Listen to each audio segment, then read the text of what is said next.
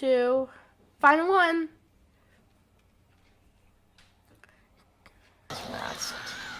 Yes!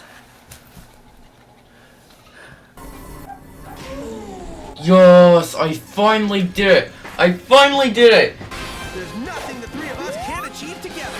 Victory is ours for the taking. Triple boost.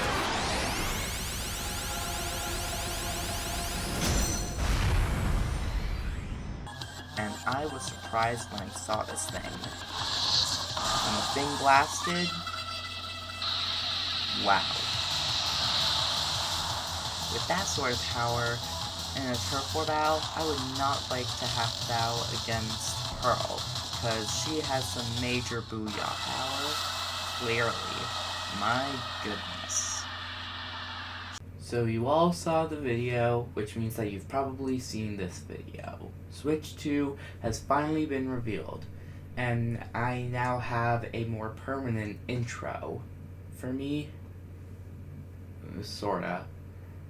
So basically, if I'm making theory videos like this, I'm going to have that as my brand new introduction, you know? As you know. I don't know how I'm going to be doing gaming walkthroughs anymore, but this is kind of how my channel is going to be now. So before I get any more deeper into it on how the next few months should go, please hit the like and the subscribe buttons, and please hit the notification bell so that we can all be on our way, because hopefully I'll have another good video coming soon, hopefully.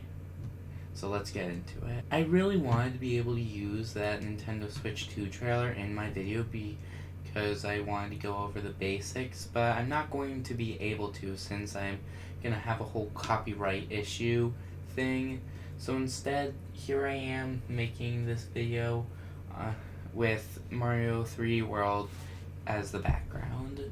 Now, I had a 6-part special on a Nintendo Switch 2 games, on possible Nintendo Switch 2 games. Mario, Legend of Zelda, Kirby, Splatoon, and Pokemon, with a little bit of anime thrown in there. I had one for Sonic the Hedgehog 4 theories, and Smash Bros.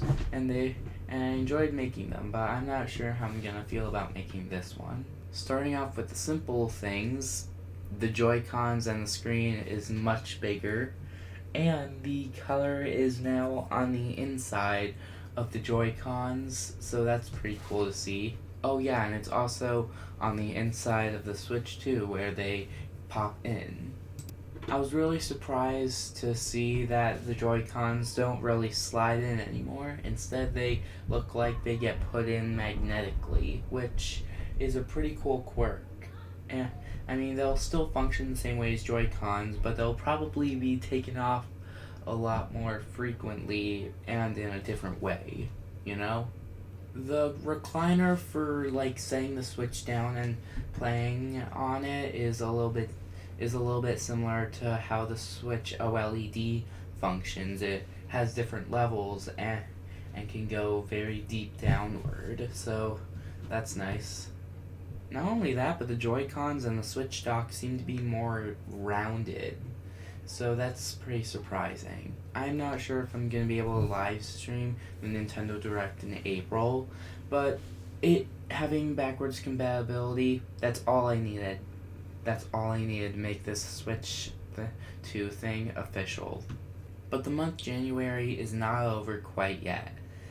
So I'm gonna say that if we're going to be getting anything new in the next coming months, then we have to see something on Mario, because we did see something for a Mario Kart.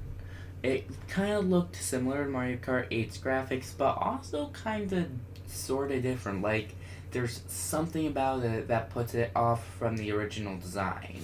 Could this be the Mario Kart 9 that we've been waiting for, everyone? I'm desperately hoping so. But we'll just have to wait and see when we get there. But I really can't wait to see what else Nintendo has planned for Mario, because I'm hoping that we'll get another 3D platformer, and hopefully something in the similar graphics and design to Super Mario Bros. wonder. Because if Nintendo's going to release any new console, then the star of it's probably going to be Mario, you know? As for Kirby, well, I may have neglected to show this picture of a leaked image from a long time ago where Kirby seems to be talking to some type of astro alien that kind of looks like Susie, but the dialogue box is similar to how Kirby talks to Maglor. That's something I may have neglected to show in my possible games coming to Switch for Kirby. I'm sorry, everyone, but I brought it up now, so we should be good. Splatoon 3's side order has really shown a lot of potential, being the roguelike mode that has an end goal, and I'm all for end goals, trust me. And this roguelike Splatoon game is pretty much what I needed to open. Up. But so I'm thinking that I may actually try a different roguelike game. Maybe not. As for me 100%ing side order, that is yet to come. I think that if Poke and Tournament DX got a redesign too, that would probably benefit Nintendo a lot.